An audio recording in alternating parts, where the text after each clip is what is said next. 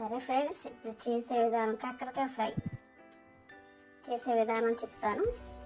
Roast చేసుకోండి.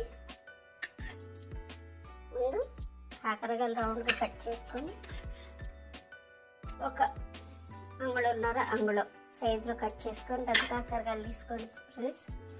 చిన్నైనా పర్లేదు.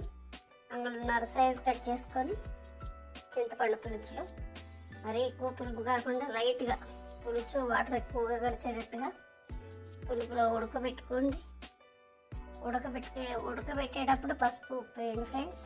అది ఉడికినాక వాటర్ వంచేసి అన్నం మగ్గబెట్టినట్టు మగ్గబెట్టండి. ఇది కూడా ముక్కల్ని ఉడకబెట్టిన ముక్కల్ని అన్నం మగ్గబెట్టు అన్నం ఎలా మగ్గబెడతామో మనం అలాగే ముక్కలు కూడా స్లో హీట్లో పెట్టండి.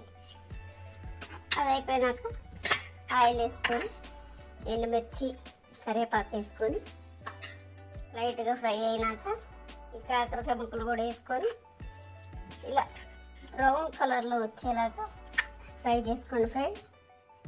ఇలా బ్రౌన్ కలర్లో వచ్చేలాగా ఫ్రై చేసుకున్నాక బాగా ఫ్రై అయింది అనుకున్నప్పుడు చిన్నుల్లిపాయల కారం, కొబ్బరి చిన్నుల్లిపాయల కారం ఫ్రెండ్స్ వేసేసుకోండి. ఆయిల్ ఎక్కువ పట్టిద్ది ఫ్రెండ్స్. దీనికి వేసేసుకొని కొంచెం ఫ్రై అయినాక మనం టేస్ట్ తగ్గట్టు ఉప్పు చూసుకొని కొంచెం ఉప్పు చల్లుకొని దించేసుకోండి. చాలా టేస్టీగా ఉంటుంది. చేదు తగలదు ఫ్రెండ్స్ ముందు, ఎందుకంటే పులుపులో ఉడకబెడతాం కాబట్టి చేదు అనిపించదు. ఇలా ట్రై చేసి చూడండి, ఎలా ఉందో చెప్పండి. బాయ్.